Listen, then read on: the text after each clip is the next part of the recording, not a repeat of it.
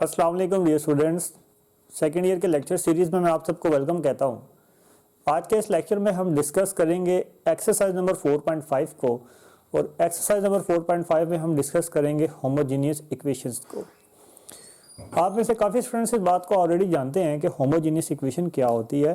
Homogeneous equation में आपके पास जितनी भी टर्म्स होती हैं उन तमाम टर्म्स की डिग्री सेम होती है। जैसे कि आपके सामने एक प्रॉब्लम ये लिखा हुआ है जिसपे देखें x की डिग्री भी क्या है, हमारे पास 2 है, 3x² की डिग्री 2 है, 7xy की डिग्री भी 2 है, और 2y² की डिग्री भी क्या है, 2 है, मतलब डिग्री क्या है, सेम है। तो इस तरह की हमारे पास जो भी इक्वेशन होती है उसे हम क्या कहते हैं, होमोजीनियस इक्वेशन कहते हैं।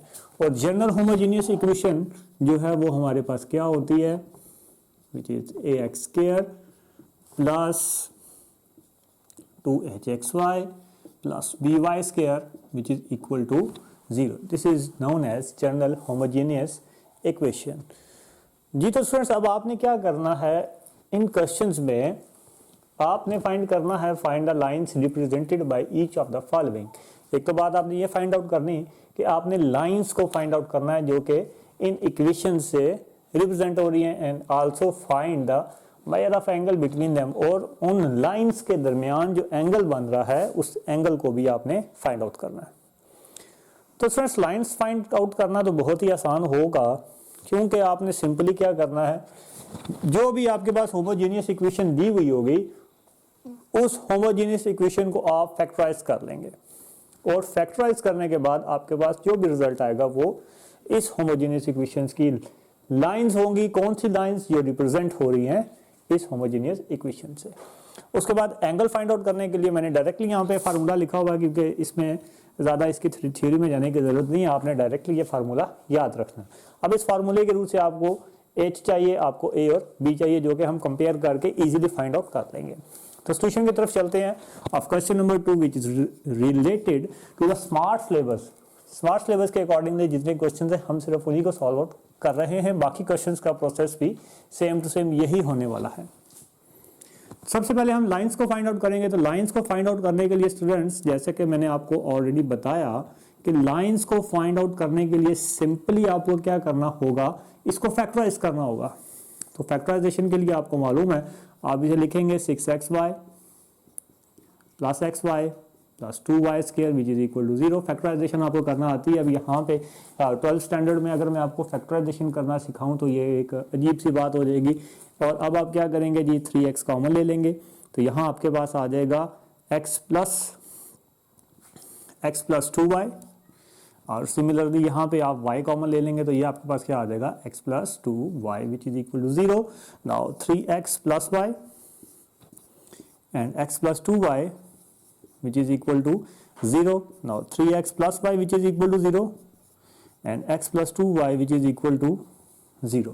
तो जी ये आपके पास लाइंस आ गई हैं which are the required lines, जो कि हमारे पास क्या है, रिक्वायर्ड लाइंस है। अब आगे वो क्या कह रहा है कि आपने क्या करना है, measure of the angle B, मतलब एंगल बी इनके दरमियान में आपने फाइंड आउट करना है। तो एंगल फाइंड आउट करने के लिए आपको क्या करना पड़ेगा, ये फार्मूला यूज करना पड़ेगा। अब ये फार्मूला यूज करने के लिए आपके पास ये तमाम डाटा होना चाहिए। अब इस डाटा को हम कहाँ से फाइंड आउट करेंगे, उसको समझने के लिए अब यहाँ पे आप जरा फोकस करेंगे जी। गिवन एज, हमें गिवन में क्या दिया हुआ जी, 3x² plus 7xy plus 2y² which is equal to 0। इसे आप क्या करें जी, कंपेयर करें, कंपेयर विद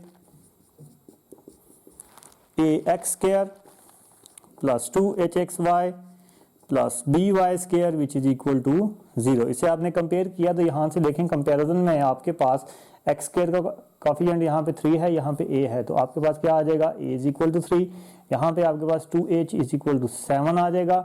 ये देखें ना, xy का कोफिशिएंट यहाँ पे 7 है, xy का कोफिशिएंट यहाँ पे 2h है, और सिमिलरली यहाँ पे b इज इक्वल टू क्या आ जाएगा, 2 आ जाएगा। So a is equal to आपके पास 3 आ गया, h इज इक्वल टू 7/2 आ गया, and b is equal to आपके पास 2 आ गया। तो जी आपने डाटा मुकम्मल कर लिया, जो कि आप फार्मूले में यूज करेंगे। अब जस्ट आपने फार्मूला यूज करना है। वी नो दैट जी। तो फार्मूला जब आप यूज करेंगे तो क्या आ जाएगा, tangent theta is equal to 2 into square root of H square minus A B divided by A plus B. तो सिंपली स्टूडेंट्स आपने क्या करना है, यहाँ पे वैल्यूज को पुट कर देना है। अब एच की वैल्यू आपके पास क्या थी जी, 7/2 whole square and minus A B आपके पास क्या है जी 3 and 2, तो 3 और 2 divided by A plus B आपके पास क्या आ गया जी 3 + 2 एंड जस्ट अब आपने क्या करना है, सिंपल इसको मैथमेटिकल कैलकुलेशन से जरिए हल करना है। ये आपके पास आ जाएगा 49 divided by 4 minus 6 and divided by 5, मजीद आपके पास आ जाएगा 2/5 एंड यहाँ पे आपके पास 49 minus 24 which is equal to 25 divided by 4 and मजीद इसे सॉल्व करेंगे तो ये आपके पास आ जाएगा 5/2। तो ये सारा आपस में कैंसिल हो जाएगा, तो विच इज इक्वल टू क्या आ जाएगा आपके पास 1। So tangent theta is equal to आपके पास क्या आ गया 1। So theta is equal to tangent inverse 1 and you know that कि जब आप इसे कैलकुलेटर पे सॉल्व आउट करेंगे या वैसे भी नॉर्मली भी पता होना चाहिए कि टेजेंट इनवर्स 1 किसके इक्वल होता है, 45 डिग्रीज के इक्वल होता है। तो आई होप स्टूडेंट्स आपको क्वेश्चन की मेथोडोलॉजी समझ आ गई होगी। इसमें कोई भी रैपिड साइंस ऐसी नहीं है जो आपको समझ ना आ सके। मूव करते हैं इसके क्वेश्चन नंबर 2 की तरफ। 2 तो हमने कर लिया, 4 की तरफ चलते हैं जी।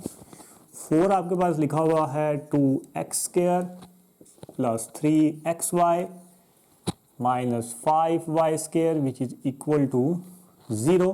तो सबसे पहले हम क्या करेंगे, लाइंस को फाइंड आउट करेंगे। तो लाइंस को फाइंड आउट करने के लिए सिंपली आपको फैक्टराइज करना पड़ेगा। तो 2x² प्लस आपको मालूम है फर्स्ट तो लास्ट टर्म को मल्टीप्लाई करें तो -3 आ रहा है, तो इसका मतलब है सॉरी -10 आ रहा है, तो इसका मतलब है कि 5xy माइनस 2xy यही इसके पेयर्स 2 बनने वाले हैं।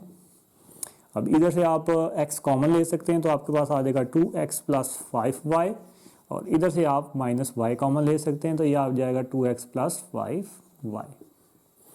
तो मजीद आ जाएगा 2x प्लस 5y और आ जाएगा जी x minus y which is equal to 0 which is which are the required lines represented by 2x² plus 3hxy minus 5y² is equal to 0। अब आगे हमने क्या फाइंड आउट करना होता है जी, आगे हमने एंगल फाइंड आउट करना होता है। एंगल फाइंड आउट करने के लिए आपके पास रिक्वायर्ड डाटा होना चाहिए। अब रिक्वायर्ड डाटा के लिए आप क्या करते हैं जी, यहाँ पे ध्यान देंगे।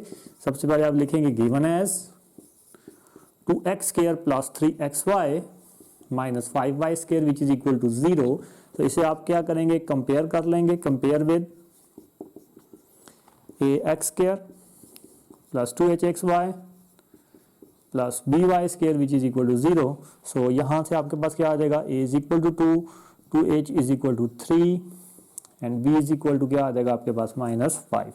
सो a is equal to 2, h is equal to 3/2 and b is equal to आपके पास क्या आ गया -5 आ गया। Now we know that, simply हम फार्मूला यूज करने वाले हैं यहाँ पे। वी नो दैट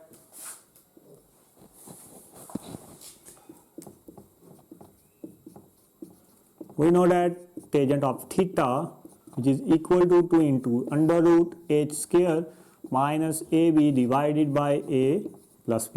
तो सिंपली आपने क्या करना है जी स्टूडेंट्स, यहाँ पे वैल्यूज पुट कर लेंगे। h आपके पास है 3/2 स्क्वायर माइनस ए बी आपके पास है जी 2 and -5 and a plus B आपके पास क्या आ जाएगा जी 2 माइनस 5। ये आपके पास आ जाएगा 2 इंटू अंडर रूट 3² आपके पास आ जाएगा 9/4 प्लस 10 और ये क्या आ जाएगा -3। तो ये आ जाएगा 2/-3 और इसे जब आप सॉल्व आउट करेंगे तो ये आ जाएगा आपके पास 49/4 एंड मजीद इसे सॉल्व करेंगे तो 2/-3 और ये आ जाएगा आपके पास 7/2। मजीद सॉल्व करेंगे 2 और 2 कैंसिल हो जाएगा, तो 7/-3 is the required answer which is the required tangent of theta. तो आई होप स्टूडेंट्स यहाँ तक आपको समझ आ गई होगी। अब आपको मालूम है कि कभी भी टेंजेंट इनवर्स माइनस थीटा आप फाइंड आउट नहीं कर सकते, आपको इस माइनस को यहाँ से किसी तरीके से खत्म करना पड़ेगा। उसके लिए हम क्या करेंगे, आपको ये तरीका आना चाहिए, multiply by minus on both sides. Both sides पे क्या करेंगे, मल्टीप्लाई कर लेंगे माइनस के साथ और माइनस कहाँ आ जाएगा, टेजेंट ऑफ थीटा के साथ आ जाएगा। अब माइनस टेजेंट ऑफ थीटा है, minus of tangent of theta को आपको मालूम है आप हमेशा लिखते हैं टेजेंट ऑफ 180 माइनस थीटा। अगर टेजेंट ऑफ 180 माइनस थीटा को आप ओपन करेंगे तो दोबारा से वो क्या आ जाएगा, माइनस टेजेंट ऑफ थीटा आ जाएगा। अब आप इसे सॉल्व और कर सकते हैं, ये आ जाएगा 180 minus theta which is equal to tangent inverse 7/3। सो कैलकुलेटर के ऊपर जब आप टेजेंट इनवर्स 7/3 को सॉल्व आउट करेंगे तो ये आपके पास आ जाएगा 66.8 आपके पास आ जाएगा। यहाँ सॉल्व आउट कर लेते हैं, 180 minus theta which is equal to 66.8 degree. अब आपको थीटा चाहिए तो आप क्या करेंगे जी, 66 माइनस 8 को यहाँ ले आएंगे तो ये आ जाएगा 66 minus 8 degree which is equal to theta. और उस 180 में से माइनस 66.8 डिग्री आप अगर करेंगे तो ये आपके पास ये कैलकुलेटेड वैल्यू आ जाएगी 113.2 which is equal to your required theta. तो आई होप स्टूडेंट्स आपको समझ आ गई होगी कि हम किस तरह से क्वेश्चन नंबर 4 को सॉल्व आउट करेंगे। मूव करते हैं इस नेक्स्ट क्वेश्चन की तरफ।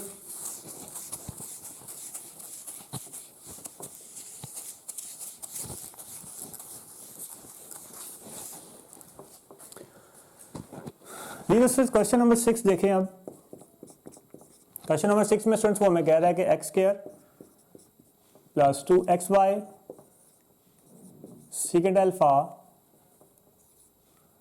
Plus Y square which is equal to 0। तो जी आपने इसे अब सॉल्व आउट करना है। तो स्टूडेंट्स अब हमें मालूम है कि लाइंस को फाइंड आउट करने के लिए आप इसे फैक्टराइज करते हैं, बट यहाँ पे फैक्टराइज करना ज़रा मुश्किल है।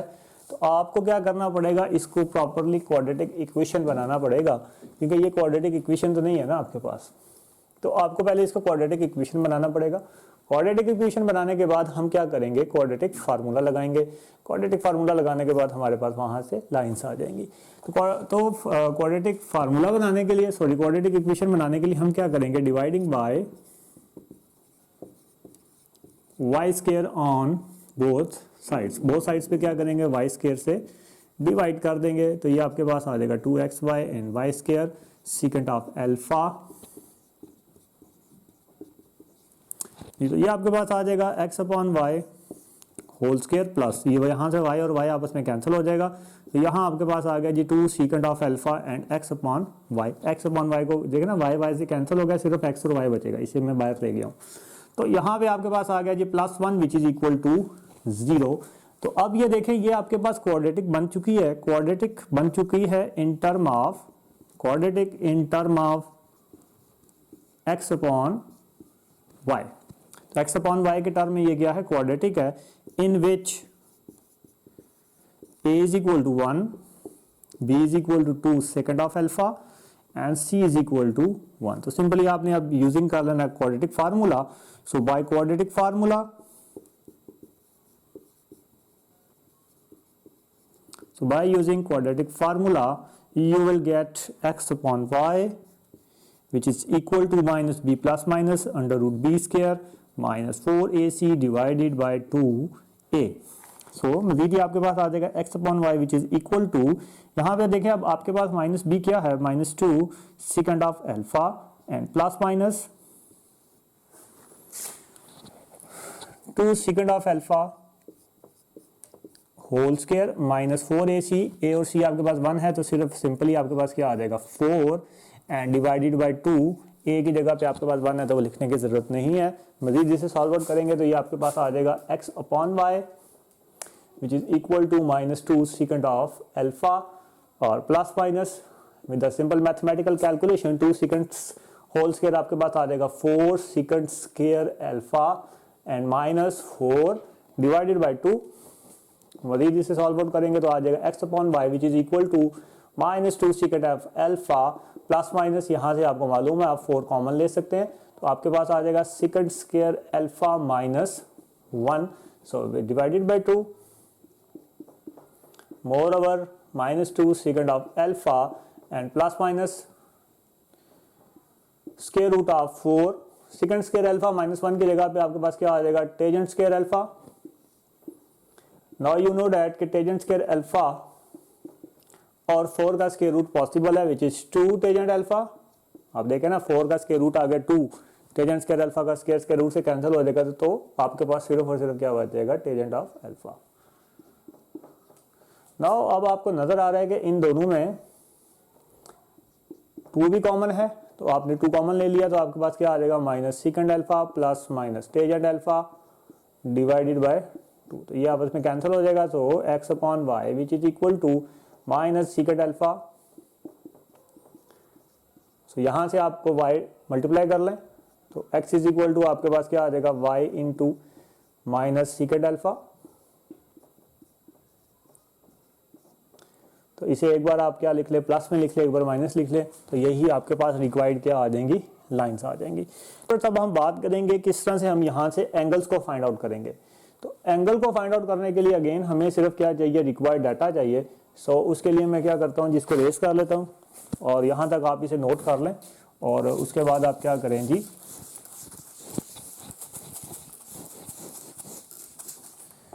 आपने रेज कर लिया। यहाँ पे अब हम क्या करेंगे, एंगल को फाइंड आउट करेंगे। तो एंगल को फाइंड आउट करने के लिए स्टूडेंट्स क्या आ जाएगा, सबसे पहले हम क्या करेंगे, given as x square plus 2xy second square alpha plus Y square which is equal to 0। इसे आप क्या करें जी, कंपेयर कर लें।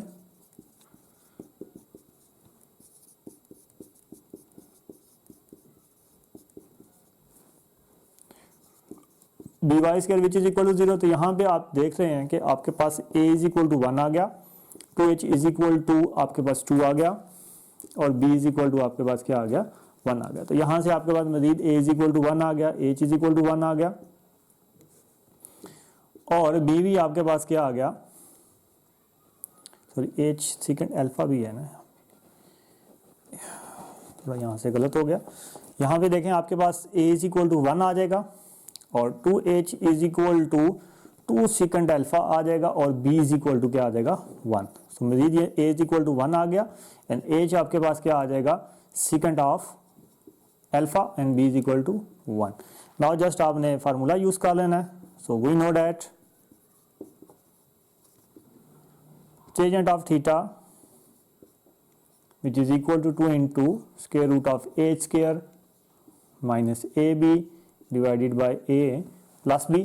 तो जस्ट आपने यहाँ पे वैल्यूज को पुट कर लेना है। 2 इंटू एच स्क्वायर आपके पास क्या आ रहा है, सेकंड स्क्वायर अल्फा, और a b आपके पास 1 है तो -1 आ गया, एंड 1 + 1 आपके पास क्या आ गया, 2।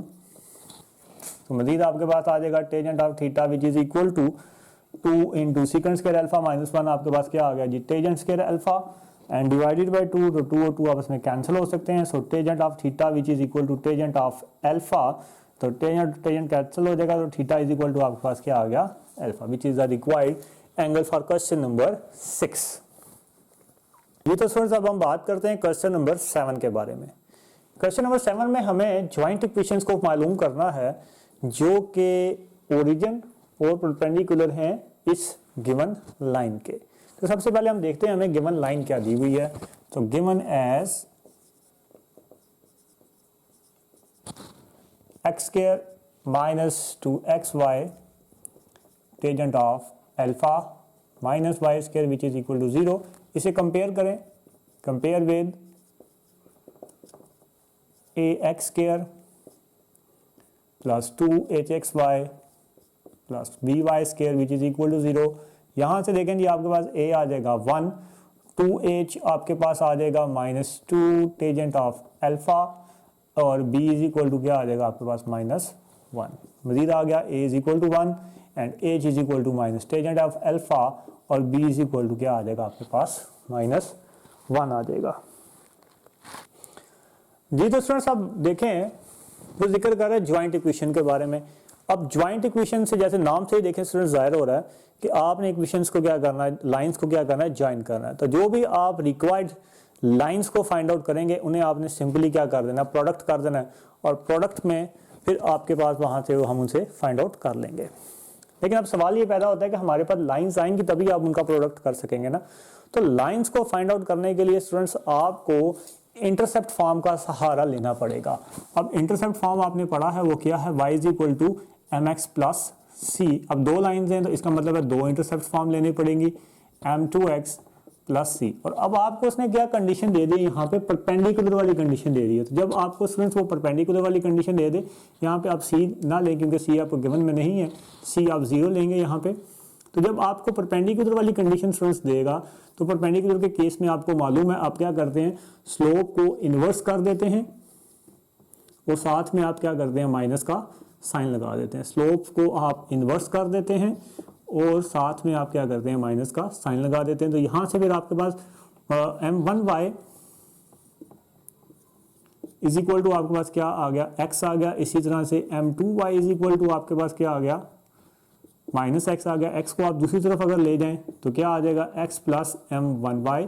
एंड सिमिलरली यहां से आपके पास क्या आ जाएगा, x plus m2y। Which are the required equations, which are the required equations. अब इन दोनों इक्वेशंस को आपने क्या करना है, इन दोनों इक्वेशंस को आपने मल्टीप्लाई करना है। तो मल्टीप्लाई करने के नतीजे में आपके पास जो भी इक्वेशन आएगी वही आपके पास क्या होगी, ज्वाइंट इक्वेशन होगी। अब फ्रेंड्स जैसा कि आपको नजर आ रहा है, अगर आप इन्हें मल्टीप्लाई करेंगे तो इन स्लोप्स का सम और प्रोडक्ट आएगा। अब वो सम और प्रोडक्ट हम कैसे फाइंड आउट करेंगे, जब हम उस स्टेप पे पहुंचेंगे तब आपने उससे बड़े गौर से देखना है जी। तो हमने ये चीजें तो फाइंड आउट कर ली। अब देखें, ये भी मैंने आपको वैसे रफ सा बताया है, अब हम इसे यहाँ पे सॉल्व आउट करने लगे हैं। सो यहाँ पे हम लेट कर लेते हैं, let the given equation, let the given lines of equation is y is equal to m1x and y is equal to m2x। तो अब क्योंकि वो परपेंडिकुलर है, since the required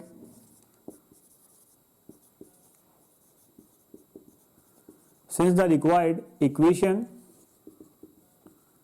is perpendicular, so perpendicular है तो आपको मालूम है कि ये क्या होगा, स्लोप आपके पास इन्वर्स हो जाएगी और साथ में आप क्या साइन लगाएंगे, माइनस का साइन लगाएंगे। सिमिलरली यहां पे भी ऐसा ही होगा जी। अब m1 यहां पे डिवाइड हो रहा है, दूसरा मल्टीप्लाई हो जाएगा, तो m1y इज इक्वल टू क्या आ जाएगा, minus x is equal to minus x. और माइनस एक्स दूसरी तरफ जाके क्या हो जाएगा जी, प्लस हो जाएगा, which is equal to 0 and x plus m2y which is equal to 0। तो these are the required equation. अब हमने ज्वाइंट इक्वेशन निकालनी है, रिक्वायर्ड लाइंस, अब हमने ज्वाइंट इक्वेशन निकालनी है। तो joint equation of the lines आपके पास क्या आएंगे, दोनों को प्रोडक्ट कर दें। तो ये आपके पास आ गया x plus m1y and x plus m2y which is equal to 0। Multiply करेंगे तो देखेंगे आपके पास आ जाएगा x square plus xy m2 plus, अब m1y को x से मल्टीप्लाई करें तो ये आपके पास आ जाएगा xy m1 plus m1 m2 y of square. मजीद इसे करेंगे तो ये आ जाएगा एक्स स्क्वायर प्लस, इन दोनों में से देखें एक्स वाई आपस में क्या है, कॉमन है। तो ये आपके पास आ जाएगा m1 m2 into common value x and y plus m1 m2 y square. जी दोस्तों, एक किस्म का हमने इक्वेशन से मुकम्मल तौर पे हमने सॉल्व आउट कर ली है, बट हमारे लिए अब मसला क्या है, ये m1 प्लस m2 और m1 m2 ये मसला है हमारे लिए। अब ये m1 प्लस m2 बेसिकली आपके पास क्या लिखा हुआ है, सम ऑफ द रूट लिखा हुआ है। और आपको मालूम है कि सम ऑफ द रूट के लिए आप क्या इस्तेमाल करते हैं जी, आपको मालूम है ना जी कि अल्फा प्लस बीटा के लिए आप क्या यूज करते हैं, माइनस बी बाई सी, और अल्फा बीटा के लिए आप क्या यूज करते हैं जी, ए बाय सी। तो देखें जी आपके पास जनरल इक्वेशन लिखी हुई है a x square plus 2h plus x y. तो इसका मतलब है सम ऑफ द रूट आपके पास क्या हो जाएगा, minus 2h divided by b, मतलब ये आपके पास क्या लिखा हुआ माइनस b बाई सी, और ये आपके पास क्या आ जाएगा m1 m2 is equal to a by c. तो a आपके पास a है, c आपके पास b है, तो a बाय सी आपके पास आ जाएगा। तो सम ऑफ द रूट आपके पास फिर इसका मतलब है क्या आ गया, minus 2h divided by b, और प्रोडक्ट ऑफ द रूट आपके पास क्या आ गया, a अपॉन b। नाउ इसे आप 1 का नाम दे दें।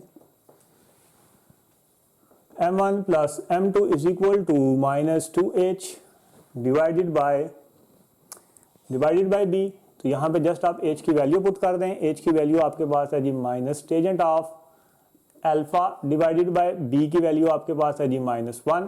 सो ये कैंसिल हो जाएगा माइनस माइनस, तो आपके पास यहाँ सिंपली बच गया -2 ऑफ अल्फा। अब प्रोडक्ट ऑफ द रूट आपके पास क्या आ जाएगा, m1 m2 is equal to c by a है आपके पास, which is a upon b। तो a आपके पास है जी 1, b आपके पास है -1 which is equal to -1। This is product of the root. So 1 becomes 1 आपके पास फिर क्या बन जाएगा जी x square plus m1 plus m2 आपके पास क्या आ गया जी -2 tangent of alpha x y, और m1 m2 प्रोडक्ट आपके पास क्या है जी -1, तो ये आपके पास क्या आ जाएगा -y square which is equal to 0। तो आई होप स्टूडेंट्स आपको क्वेश्चन नंबर 7 की भी अच्छी तरीके से समझ आ गई होगी।